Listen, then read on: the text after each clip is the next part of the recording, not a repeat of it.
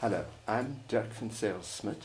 I'm a professor at the University of Nottingham, professor of comparative and international penal law, and a specialist in life imprisonment.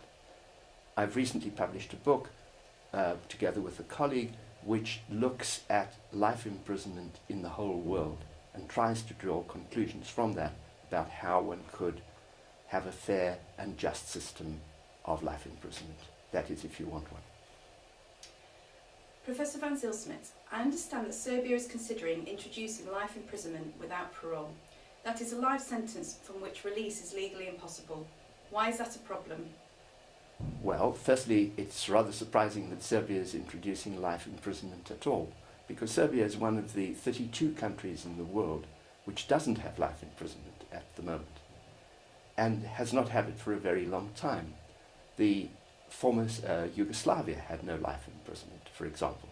It did have the death sentence, but used it only very rarely. Anyway, Serbia at the moment has a long fixed-term sentence as its highest sentence. But what it's proposing to do now is to move from no life imprisonment to the most repressive form of life imprisonment. That is life imprisonment from which there is no prospect of routine release being considered.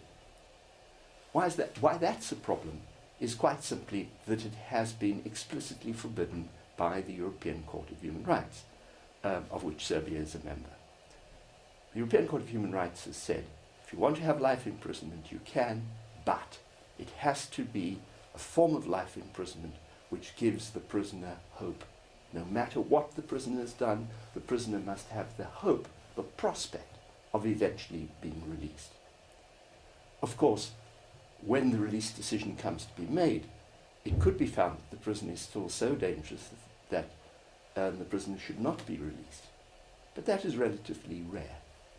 What one needs is a procedure which sets out from day one what the prisoner needs to do in order to be released.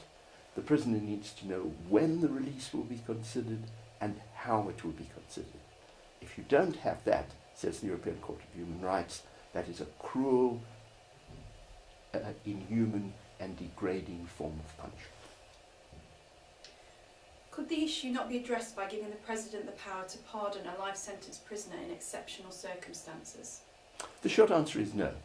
Why do I say that so confidently? Well, two other European countries, Lithuania and Ukraine, have tried that specific procedure. And in the last year or 18 months, there have been clear, unanimous judgments from the court saying, not good enough. Why did the court say that? The court said that because that is not a due process. There has to be some process, either by a court, or if it's by the executive, subject to very strict review, which of course pardons are not, which gives clarity. The important thing that you need here is a clear, just system. The system has to be just in two ways. Firstly, the way the prison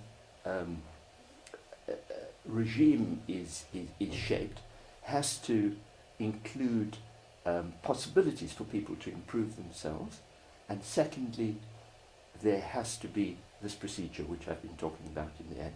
And on both those grounds, as far as I understand it, the Serbian proposals fall short. What would you advise the Serbian authorities to do?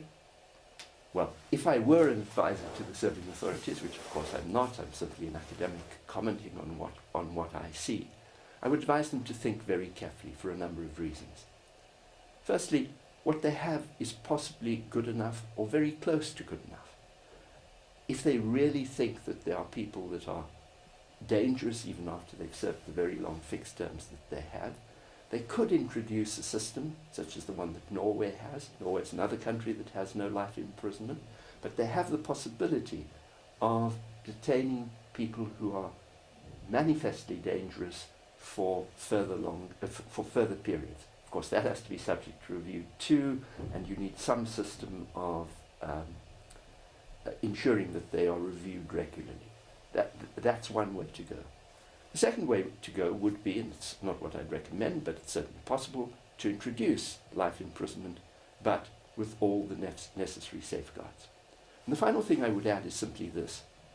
I know that Serbia is already a member of the Council of Europe. I understand from the newspapers that Serbia greatly wants to join the European Union at some stage. I think this would be seen as a very retrograde step. This is simply a denial of human rights. Admittedly, it's the denial of the human rights of people who've committed very serious crimes, but the whole point of human rights is that one must ensure that the people who are most reviled in society are protected. I understand that the immediate impulse to bring about this reform was a very horrible crime. Well, it might be. Horrible crimes happen from time to time in societies. But we have a saying in English, hard cases make bad law. And this seems to me to be a classic example of a very hard case, encouraging the authorities to introduce what looks like a thoroughly bad law to me. So my advice is resist that impulse.